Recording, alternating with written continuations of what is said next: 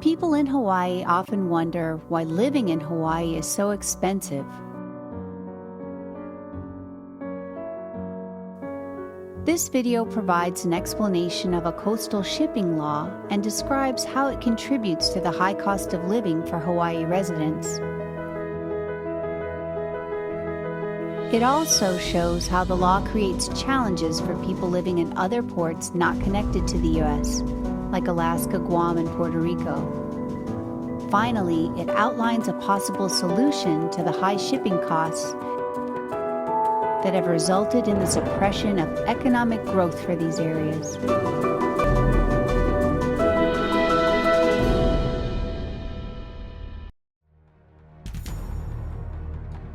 Hawaii has had strong economic ties to the U.S. mainland since the 19th century. In 1826, the U.S. and the Kingdom of Hawaii entered into a treaty involving commerce and navigation, encouraging the commercial planting of coffee and sugarcane. In the 1850s, Hawaii's sugar exports surpassed all other commerce between the islands and the U.S. mainland, demand steadily increasing due to the U.S. Civil War and the gold rush of the West. An 1849 treaty removed the duties or fees on ships moving to and from Hawaii. Further privileges were granted in the Reciprocity Treaty of 1875, spurring sugar production and allowing the U.S. use of lands that are now known as Pearl Harbor. In 1900, Hawaii became a U.S. territory, and pineapple, macadamia nuts, and a commercial tuna fishery, along with sugar, sustained the economy through the first half of the 20th century. The importance of Hawaii grew steadily, and it became a state in 1959. Hawaii's economic and strategic significance to the U.S. has grown over the last 130 years, and the shipping between Hawaii and the U.S. mainland is now fully domestic and regulated by the coastwise laws of the U.S. Unfortunately, as a result, the residents of Hawaii have increasingly become captive consumers due to a protectionist law, the Jones Act. The Jones Act is more formally known as the Merchant Marine Act of 1920. The purpose of the act was to end the coastwise waivers that permitted the use of foreign-flagged ships, which were ordinarily prohibited from domestic trade and required to pay fees when arriving at U.S. ports, returning the routes then to U.S. carriers. These waivers were granted during the U.S. participation in World War I, when many U.S. ships were requisitioned for the war effort, leaving the non-contiguous or secondary ports without enough ships to meet their needs.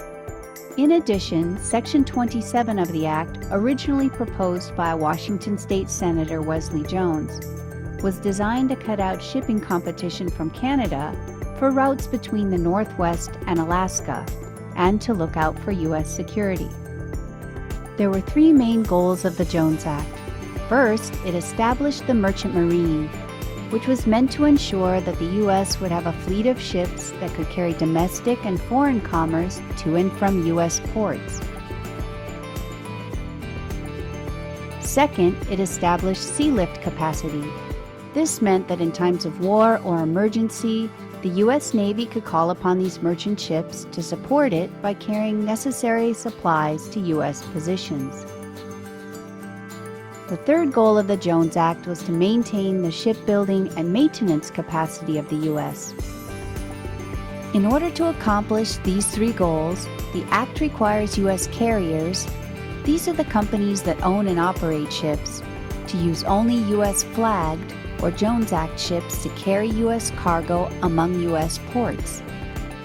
First, the ships delivering goods from one U.S. port to another need to be built in the U.S. Second, the ownership of these ships must be at least 75% by American citizens. Third, the sailors on these ships also need to be American citizens. Lastly, only the U.S. carriers that use Jones Act qualified ships, which are registered under the U.S. flag, can conduct the business of transporting cargo by water between U.S. ports, loading and unloading it once there. Consequently, ships that do not meet all three criteria and are not registered under the U.S. flag cannot, after unloading their cargo, pick up other U.S. cargo and then deliver it to another U.S. port. Similarly, the law states that foreign flagged ships can enter a U.S. port to offload imported goods and pick up U.S. products to take to another foreign market, but they cannot pick up U.S. cargo and deliver it to another U.S. port.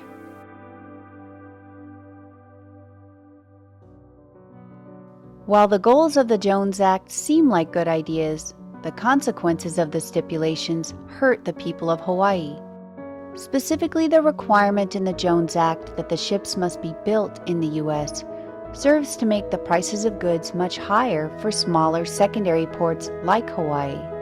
The reason for the higher prices is the lack of competition in two areas: lack of competition among U.S. shipbuilding companies, which drives up the cost of new ships, and the lack of competition among the ocean carriers that serve the secondary ports, both of which contribute to higher consumer prices.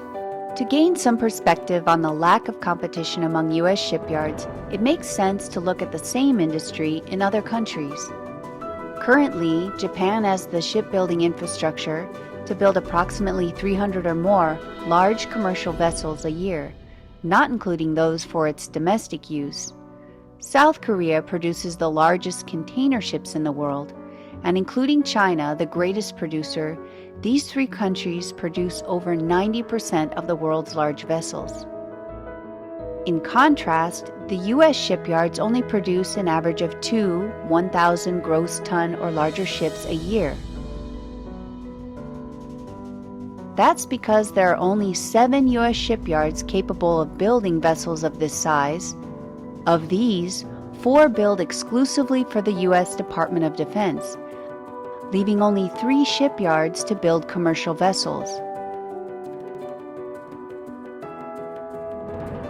This lack of competition reduces efficiency and results in prohibitively high costs for building new ships, up to 5 times the cost of comparable ships built in Asia. If one of Hawaii's carriers orders an 850-foot ship from a U.S. shipyard, the company would have to wait for 4 years for delivery and pay $209 million.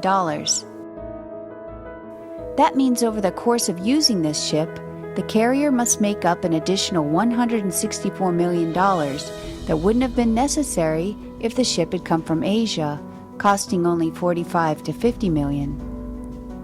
No wonder shipping a 40-foot container of goods like hardwood flooring from Shanghai to Los Angeles is approximately $2,300. But sending the equivalent 40-foot container from Los Angeles to Honolulu is estimated by one carrier to cost over $8,000. It is common for carriers to charge a bit more for routes to smaller, less populated ports. They are operating smaller ships that carry less cargo than the trans-Pacific carriers, which utilize large container ships that are too big to enter the harbors in the smaller ports. This reality, coupled with the fact that carriers prefer to sail their trans-Pacific vessels using Great Circle routing, meaning vessels travel further north where the circumference of the Earth is significantly smaller than through Hawaii, are all done in effort to save time and money. Granted, many of the large carriers leave the West Coast to the U.S. half empty. We don't export as much as we import. But it is still not cost-effective for them to travel to the smaller non-contiguous ports, since the smaller populations require fewer goods. So there is far less competition for the non-contiguous trade lanes. Thus, the result is the U.S. ports not connected to the U.S. mainland rely heavily on ocean shipping and bear most of the cost burden of the expensive U.S.-built ships. The higher prices are then passed on to the Hawaii consumer. So here's what happens. The lack of competition among U.S. shipyards raises the price of new Jones Act ships.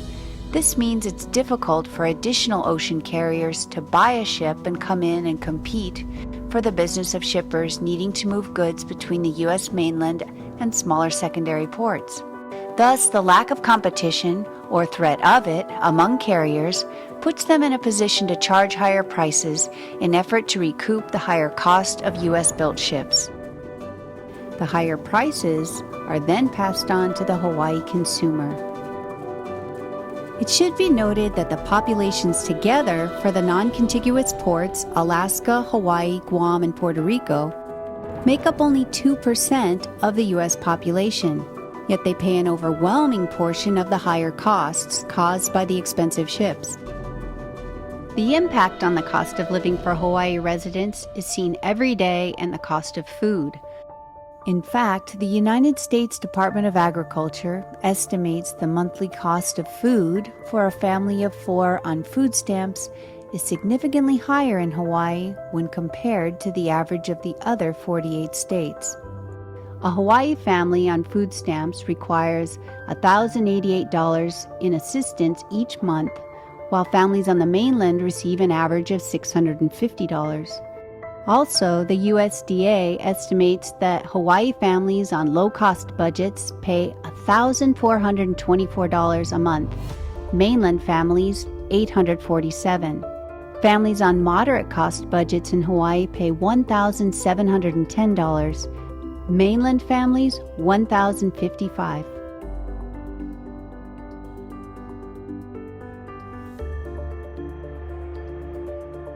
The difference adds up when comparing staples like bread. The U.S. Bureau of Statistics estimates that a family on the mainland pays an average of $1.98 for a loaf of bread.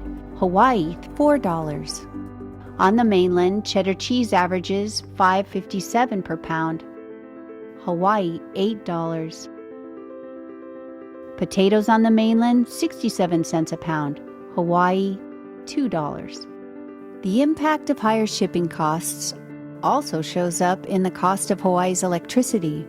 The state imports 100% of the petroleum used to meet Hawaii's electricity demand.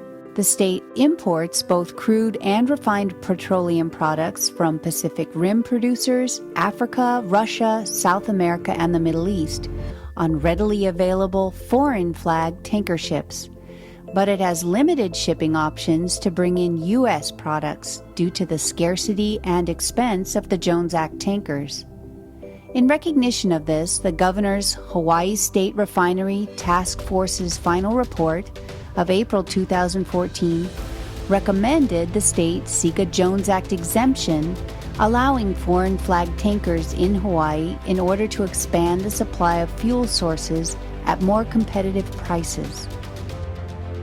As of July 2014, Hawaii pays over 38 cents per kilowatt hour, nearly twice as much for electricity as states with the next highest prices, Alaska and New York, which pay over 20 cents. In the commercial sector, Hawaii pays 35 cents. The U.S. average is 11. And finally, in the industrial sector, Hawaii pays 31 cents. The U.S. average is only 7. The high cost of electricity is, of course, factored into the cost of goods and services sold through local businesses. That means paying for goods, food, and fuel takes a larger portion of one's paycheck in Hawaii than in any other state. Let's evaluate whether the 3 protectionist regulations accomplished the 3 Jones Act goals. Number 1. In the words of the Jones Act, does the U.S. have a fleet of the best equipped and most suitable types of vessels sufficient to carry the greater portion of its goods to and from foreign and domestic ports? The answer is no, since in 1955 there were 1,072 U.S.-built commercial ships that were 1,000 gross tons or greater. By 2000, the eligible fleet consisted of 193 ships. And by 2014, the number stands at 90. Number 2. Does the U.S. have a fleet of the best equipped and most suitable types of vessels sufficient to serve as naval or military auxiliary in times of war or other emergencies? This goal is also not met. The Department of Defense routinely hires under charter foreign vessels when appropriate Jones Act vessels are not available. Similarly, in the Persian Gulf conflict, the Military Sealift Command shipped more than a fifth of its dry cargo with foreign charter vessels. Another example is the Maritime Administration's Ready Reserve Force. It provides security and transports Army and Marine Corps unit equipment during surge periods before commercial ships can be marshaled. It relies on a fleet where 65% of the ships are foreign-built. Clearly, the U.S. lacks the capacity to build the ships needed, so the armed forces meets the demand by buying foreign-built vessels. The military also relies on chartering commercial U.S. flagships from the U.S. flag Foreign Trade Fleet, which is comprised of 89 vessels. While this fleet operates under the U.S. flag, 100% of these ships are foreign-built, and half of those being foreign-owned. Has the U.S. ensured the shipbuilding capacity necessary to maintain the merchant marine? Again, the answer is no. The most glaring evidence is the number of U.S. shipyards with the capacity to build commercial ships 1,000 gross tons or larger. It has decreased drastically over the past few decades to only 3. And again, the fact that the armed forces buy foreign-built vessels to complete their fleet illustrates how the artificial ship shortage caused by the Jones Act is circumvented in effort to support the security of the nation. It should be said that most countries in the world have their own laws regulating coastal shipping, but few still include a domestic build requirement. In an international survey, the Maritime Administration of the U.S. found that out of 56 countries, 43 reported some crewing restrictions, 37 had some ownership provisions, and only 6 had some form of domestic build requirement. The U.S. seen as having one of the most restrictive. The European Union began liberalizing its restrictions in the late 1990s and then in 2009 to include the new members, as have Australia and New Zealand, in large part because local build provisions are economically impractical. In fact, in examining the effects of the shipping law, in 2012, the World Economic Forum pointed out regulations like the U.S. build provision in the Jones Act damages local economies and saddles businesses and subsequently consumers with significant costs. The forum further explained that the lack of competition forces businesses to use high-cost suppliers that use inefficient shipping operations, many with old ships that are too expensive to replace, so they have high environmental costs. These older ships, which burn different grades of bunker oil, then send sulfur and nitrogen chemicals into the air, affecting marine plants and animals and causing breathing problems in people. In a series of 4 studies, the U.S. International Trade Commission concluded that the U.S. consumer pays for the protection the Jones Act provides to the shipbuilding industry. Up to $2.8 billion in some years. Estimates of the cost of living increases in Hawaii range from 17% to 69% higher than the U.S. average. And the 2013 Government Accountability Office report acknowledged that when Jones Act vessels were not available for certain products, businesses in Puerto Rico were likely to import goods from foreign locations rather than source U.S. products, which were often closer. Lastly, the International Trade Forum of 2009 suggested that in the case of the United States, the removal of market access through the requirement of own country build puts the cost burden on the ship owners, which is transferred to the cargo owners, and therefore ultimately placed on the shoulders of the consumers of these goods. This is most evident in the non-contiguous trades like Hawaii. So what could be done to bring some relief to Hawaii's residents and businesses? In order to provide the best conditions for economic growth for Hawaii and other smaller secondary ports like those in Alaska, Guam, and Puerto Rico, several solutions have been proposed. In the past, there have been efforts to secure temporary waivers to the Act and to repeal the Jones Act in its entirety. Several other actions have been taken over the past decades. Alaska, the state with the greatest amount of coastline, must bring the bulk of its goods in by ship and consequently is highly affected by the shipping law. In 1982 and again in 2008, the Alaska legislature passed a statute that compels the governor of the state to do everything in his or her power to remove the restraints of the Jones Act. Recent efforts to make changes in the other trades or non-contiguous ports are beginning to gain traction. In April of 2013, a senator from Puerto Rico introduced the Senate resolution with a goal to direct the Puerto Rico Senate to investigate the impact of the Jones Act on the Commonwealth. It held extensive hearings in January and February of 2014, listening to various stakeholders, with the final report to come later in the year and a possible introduction of a resolution in the 2015 session.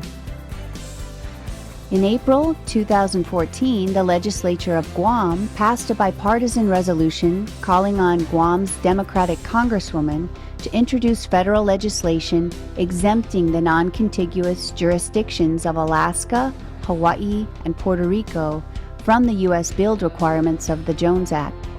Guam sees its effort as necessary because even though it is already exempt from the domestic build requirement of the Jones Act, it still suffers negative effects because the natural shipping route from the west coast of the U.S.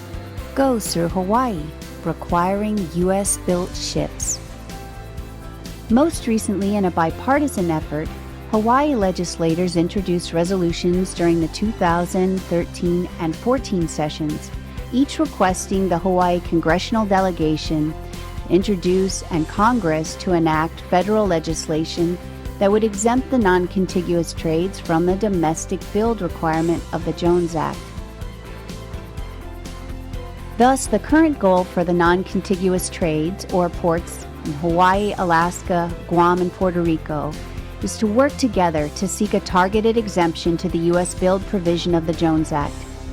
This would simply allow ocean carriers that serve these four ports to buy large self-propelled ships that are foreign-built, while still complying with the other provisions, U.S. ownership, employing crews of U.S. citizens, and being registered under the U.S. flag. There are arguments that Hawaii would lose over 20,000 jobs that are dependent on the Jones Act. However, this is a common misunderstanding. The Jones Act exemption requested by the non-contiguous trades or ports refers only to the U.S. shipbuild provision. The number of shipyards that build new, large, self-propelled ships in Alaska is 0. In Hawaii, 0. And finally in Puerto Rico, 0. So the number of jobs that would be lost, 0. Based on what we know about the Jones Act now, it makes one wonder, why should Hawaii remain captive to a protectionist law that doesn't effectively protect U.S. shipping commerce, shipbuilding capacity, or U.S. security, and forces the non-contiguous ports to shoulder a higher percentage of the Jones Act burden? If you are in favor of reducing the cost of living in Hawaii, Alaska, Guam, and Puerto Rico, you can contact members of your congressional delegation and tell them to support a Jones Act shipbuild exemption.